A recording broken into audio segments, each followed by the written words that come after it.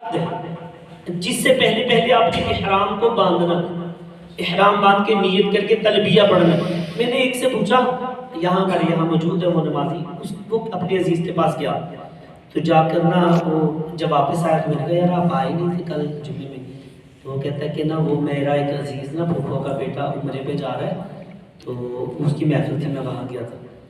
میں نے کہا اچھا آپ نے اس کو عمرے کے فرائض واجبات بتائے؟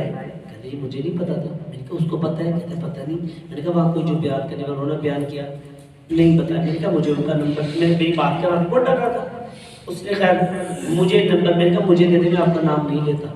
اس نے مجھے نمبر دیا، میں نے وہاں کال کی، غالباً ان کا نام میرے ذہن میں نکل گیا، شہباز۔ میں نے ان سے بات کی، میں نے کہا شہباز بھائی آپ نے جو ہے عمرے کے فرائض واجبات سیکھ لیے؟ بھائی وہ کیا ہوتے ہیں مجھے نہیں پتا۔ میں نے کہا اگر تو آپ یہ نہیں پتا تو پھر آپ گناہ کریں گے تو پھر تو گناہ سر پہ لے کے آئیں گے۔ وہ اکثر لوگ جہاں سے جاتے ہیں جب واپسی آتے ہیں جب ان کے ساتھ حاجی لگتا ہے نا پھر ڈر لگتا ہے۔ اچھا مجھے اسی وجہ سے کہ انہوں نے حج کیا لیکن پتہ نہیں ان کے حج کے فرائض واجبات ان کو پورے کیے کہ نہیں، اگر نہیں کیے تو پھر تو وہاں ایک گناہ کریں گے تو 1,00,000 کا گناہ آپ کے ساتھ آئے گا۔ تو میں نے ان سے بات کی تو شہباز نے اس نے کہا ایسا ہے عمرے کے 2 فرض ہیں 2 واجب ہیں تو وہ لکھ لیجئے۔ ان کو میں نے پھر فون کال پہ ان سے رابطہ کر کے کچھ لکھوایا اور کچھ ان کو میں نے رفیق المعتمرین میرے رسول نے کتاب لکھی ہے عمرے کے بارے میں ان کو بتائی۔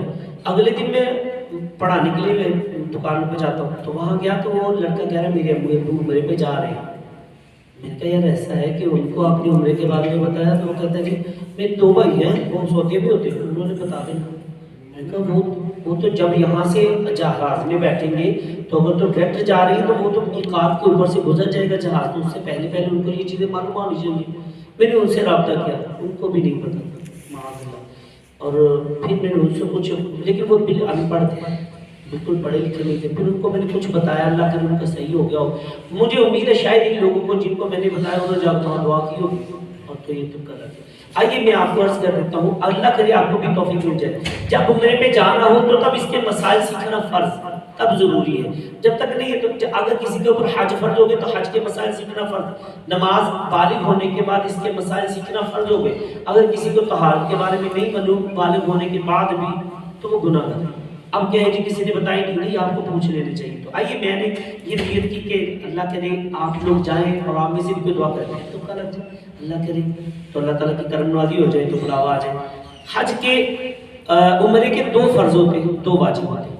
آئیے میں کچھ عرض کرنے کی کوشش کرتا ہوں۔ عمرہ کے لیے آپ نے نیت کر لیا، اب جانے لگے تو اس کے پہلے جو تیاری کرنی وہ علیحدہ ہے۔ وہ تیاری کرنے کے بعد احرام 2 کپڑے ہیں، 2 چادروں کا نام بھی ہے لیکن احرام پابندیوں کا نام بھی ہے۔ اب آپ نے 2 چادریں جو لی ہیں ان کو آپ نے میقات ادھر سے جب ہم جائیں گے تو میقات بتا دیں گے کہ اس سے پہلے پہلے وہ حد جو ہے نا وہاں تک وہ بتا دیں گے۔ اگر آپ حج وہاں پہنچ گئے مکہ شریف میں تو وہاں ایک عمرہ کر لیا تو دوسرا عمرہ کے لیے آپ کو وہاں سے نکل کے کم از کم ایک جگہ مشہور مسجد عائشہ، تو مسجد عائشہ تک جانا پڑے گا۔ وہاں جائیں گے، وہاں دوبارہ سے نوافل پڑھ کے احرام باندھ کے پھر نیت کر کے تلبیہ پڑھتے ہوئے کہ تلبیہ، یہ جو 2 بزرگ تھے نا جو جن کے آپ کو تلبیہ آتی ہے ان کو تلبیہ کا نہیں پتا تھا۔ آئیے ہم دہراتے پہلے تلبیہ، لبیک اللہم لبیک لبیک لا شریک لک لبیک ان الحمد والنعمت لک والملک لا شریک لک لبیک اللہم لبیک لبیک لا شریک لک لبیک ان الحمد والنعمت لک والملک لا شریک لک لبیک اللہم لبیک لبیک لا شریک لک لبیک ان الحمد والنعمت لک والملک لا شریک لک۔ ایک بار پڑھنا واجب، 3 بار پڑھنا یہ افضل سنت ہے۔ تو اب وہ ان کو تلبیہ، یہ میں نے کہا میں آپ کو جو بات کہتا ہوں تو آپ کہہ لیجئے ان کو اللہ کرے یاد ہو گئی ہو۔ احرام باندھ لیا آپ نے، 2 چادریں، ایک آپ چادر باندھ لیں گے تو اس کو صحیح طریقے سے اس کا طریقہ کار بھی ہے، میں بھی پریکٹس کرتا رہا ہوں 2-3 دن اس کو کرنے کی۔ تو ایک چادر آپ باندھ لیں گے، ایک اوپر سے آپ وہ چادر ہوگی، اب ایسے بہتر یہ ہے اوپر والا تولیہ نما ہو چادر پڑے تاکہ وہ پسینہ آئے تو اس طرح ترکیب بن جائے.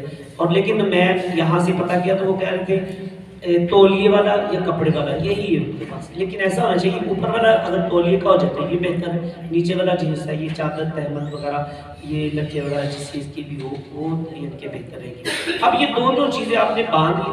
اب نیت کی نویت العمرۃ و احرمت للہ تعالی کہ میں عمرے کی نیت سے احرام باندھتا ہوں اللہ تعالیٰ کے لیے. آپ نے یہ نیت کر لی. نیت کرنے کے بعد اب تلبیہ پڑھی یہ جو ہم نے پڑھا پھر ایک بار کرتے ہیں تو آپ کی نیت سے لبیک اللہم لبیک لبیک لا شریک لک لبیک ان الحمد والنعمت لک والملک لا شریک لک لبیک اللہم لبیک لبیک لا شریک لک لبیک ان الحمد والنعمت لک والملک لا شریک لک لبیک اللہم لبیک لبیک لا شریک لک لبیک ان الحمد والنعمت لک والملک لا شریک لک. اب تلبیہ پڑھنے کے بعد آپ کا احرام آپ بن گیا. اب آپ کے اوپر واجب ضروری ہو گیا کہ آپ اس کا احترام کریں. مثلا اب وہ اپنے سر پہ نہ ٹوپی رکھیں گے نہ امامہ رکھیں گے, کوئی چیز اپنے سر پہ گٹھری وغیرہ کچھ بھی نہیں رکھیں گے. اب سر بھی ننگا ہوگا اور اللہ آپ کا بھلا کرے بوس و کنار یہ کسی سے ملنا ملنا اگر اس سے شہوت کا اندیشہ ہو تو یہ بھی پھر یہ بنا. اب یہ جو ہے نا میں اکثر کہتا ہوں کہ پہلے مل لیا جائے احرام کے بعد پھر وہ ایسے دور سے ترکیب بنائی جائے. شادی شدہ آپ بھی احتیاط کریں. اور لیکن کسی حالت میں بھی اگر خدا نہ خواستہ کوئی شہوت کے ساتھ معاملت ہوئی تو اس کے اوپر علیحدہ سے دم وغیرہ صدقہ وغیرہ اس کے اوپر کفارہ لازم آئے گا. ایام سے ملیں گے ہو سکتا ہے انہوں نے خوشبو کسی اور طرح کی لگائی وہ جرم لگ جائے تو اس سے بھی بچنا ضروری ہوگا. احرام میں آ گئے تو اب آپ کے اوپر پابندیاں ہوگی. آپ یہ کام کر سکتے ہیں یہ نہیں کر سکتے. ان میں یعنی کہ مختصر میں نے یہ چپل بھی کوشش کی کہ ایسی پہنی جائے کہ وہ نا آپ کی یہ اوپر والا حصہ ظاہر ہی ہو اور آپ اپنے یہ چہرے پہ کوئی چیز نہیں رکھیں گے. یہ چہرہ وغیرہ بھی آپ کا یہ سارا کچھ اوپن ہوگا. اب آپ جب تک اگلے معاملات پورے نہیں کر لیتے یہ احرام آپ کھول نہیں سکتے, آپ ان پابندیوں سے نکل نہیں سکتے. اب یہاں سے آپ نے میقات سے پہلے احرام باندھ لیا. اب میقات کے بعد اب جب پہنچ گئے مکہ شریف تو آپ نے اپنا سامان وغیرہ رکھ کے اب مکہ شریف میں آ گئے. اب اس کے بعد دوسرا فرض ہے طواف. حجر اسود کے بعد رکن یمانی رکن اسود کے پاس سے نہ شروع کر کے پھر وہاں تک ایک چکر پر نکل یہ 7 چکر باوضو لگا دے. معاذ اللہ میں وہ اس طرح جاؤں گا تو یہ مسٹیک ہے جو تو لمبا ہو جائے گا. ایک بندے نے تو پتہ نہیں وہ شوگر کا مریض تھا اور اسی معاملے میں اتنے مسلم آ کے میں اس کو کہوں کہ اب یہ اس کا پتہ نہیں کیا میں فوت ہو گیا تھا. تو لیکن یہ افسوس کہ وہ ایک یعنی کہ کام نفلی تھا اس کو اس نے اپنے اوپر پتہ نہیں کیسا معاملت کر لیا. تو خیر اقبال وضو اگر وضو ٹوٹ جائے تو پھر وضو کرنا پڑے گا. 3 چکر تک اگر وضو ٹوٹ گیا تو پھر تو دوبارہ 3 چکر ملائے جائے ساتھ. لیکن 3 چکر کے بعد اگر چار کر لیے چکر تو پھر وضو ٹوٹا پھر چوتھے سے شروع کریے 5ویں 6واں 7واں کر کے پورا کر لیجئے. اور خدا نہ خواستہ وہ بھول گئے اور 8واں چکر پورا کر لیا تو پھر آپ کو 7 چکر اور یعنی کہ وہ پورے کرنے پڑیں گے. 14 چکر لگانے پڑیں گے. 7 تک آپ کو یہ رکنا ہوگا. اب آپ نے یہ کر لیا یہ معاملہ. اب اس کے بعد آپ سعی کریں گے. سعی بھی واجب ہے. سعی ان صفا والمروہ من شعائر اللہ. صفا سے مروہ تک اور پھر واپس یہ کہ ادھر جائیں گے تو 1 چکر ہوگا ادھر جائیں گے تو 1 چکر ہوگا. یہ 7 چکر لگانا بھی واجب ہے. 7 چکر لگا لیے. اب ایک واجب ہے حلق کرانا یا تقصیر بال یعنی کہ جو یہ ہم اس طرح پھراتے ہیں تو ٹینڈ کروانا یہ بھی واجب ہے. اب بندہ احرام کی پابندیوں سے باہر آئے گا. لیکن خدا اچھا یہ بتانے میں نے چند منٹ لگائے لیکن وہ کہتے ہیں آج کل روزے ہیں تو کم از کم 6-7 گھنٹے لگ جائیں گے. اب کیونکہ وہ رش ہوگا تو 6-7 گھنٹے کا ہوگا. لیکن عام دنوں میں 2 گھنٹے پھر بھی کہتے لگے جاتے ہیں. تو یہ جیسے ہی آپ نے احرام باندھا تو یہ چیزیں آپ کے اوپر لاگو ہو گئی.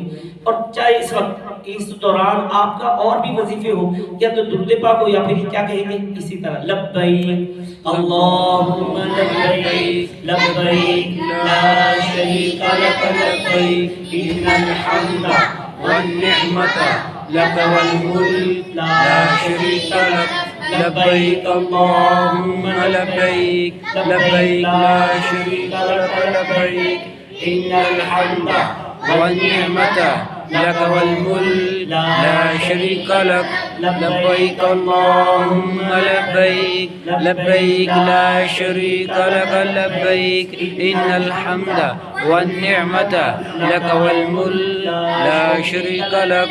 تو یہ عمرہ کی سعادت پانے والوں کے لیے بہت بڑی سعادت ہے. دوسری حدیث پاک بھی سماعت فرما لی. سرکار دو عالم صلی اللہ علیہ وسلم نے ارشاد فرمایا جو عمرہ کے لیے نکلا اور مر گیا اس کے لیے قیامت تک عمرہ لکھنے والوں کا ثواب لکھا جاتا رہے گا. ہمارے ایک عزیز تھے تو وہ عمرہ کے لیے گئے تو وہ جدہ سے پھر واپس چلے گئے. پھر انہوں نے عمرہ کیا لیکن عمرہ کرتے ہی عشاء کی نماز کے بعد وہیں وفات پائی. پھر ابھی ان کے وحی ہو گیا. تو یہ بہت بڑی سعادت ہے.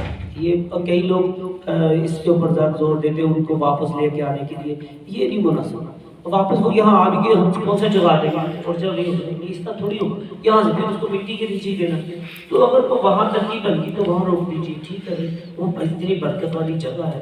وہاں کہنے والے کہتے ہیں کہ وہاں روزانہ ہر نماز میں جنازے ہوتے ہی رہتے ہیں. تو پھر وہی ترکیب ہے. لوگ اتنے پیسے لگا کے واپس لے کے آتے ہیں یہاں آ کے پھر تھوڑی دیر رونا دھونا ہوتا ہے جاگتا وہ پھر بھی نہیں. تو پھر اس کو کہتے ہیں چلو بھی جنازے کا ٹائم ہو گیا چلو کے لے کے چلو. تو اگر ایسا ہو جائے تو وہی لوگ بھیجے. سرکار صلی اللہ علیہ وسلم نے ارشاد فرمایا مجھے جو عمرہ کے لیے نکلا اور مر گیا اس کے لیے قیامت تک عمرہ کرنے والوں کا ثواب لکھا جاتا ہے. موجے رکھتے ہیں. اسی حدیث سے پاک سرکار دو عالم صلی اللہ علیہ وسلم نے ارشاد فرمایا عمرہ سے عمرہ تک ان گناہوں کا کفارہ ہے جو درمیان میں ہوئے اور حج مبرور کا ثواب جنت ہے. اگر حج مقبول آ جائے اس کا تو یہ کہ جنت ہی ہے نا جنت. لیکن ایک عمرہ کر لیا اب دوبارہ اس یعنی کہ کوئی وقفہ پڑ گیا تو دوسرے عمرے تک اگر دوسرا عمرہ کیا تو درمیان والے جو گناہ ہوں گے نا ان کا یہ کفارہ ہو جائے گا. تو اللہ کرے اللہ پاک مجھے اور آپ سب کو یہ جو عمرہ کی سعادت ہے یہ نصیب فرمائے. تو یہ عمرہ بڑی سعادت والی بات ہے میرے لیے بھی اور آپ کے لیے بھی. نیت کر لیجیے کہ ہم جائیں گے. شوق صاحب بولو پیچھے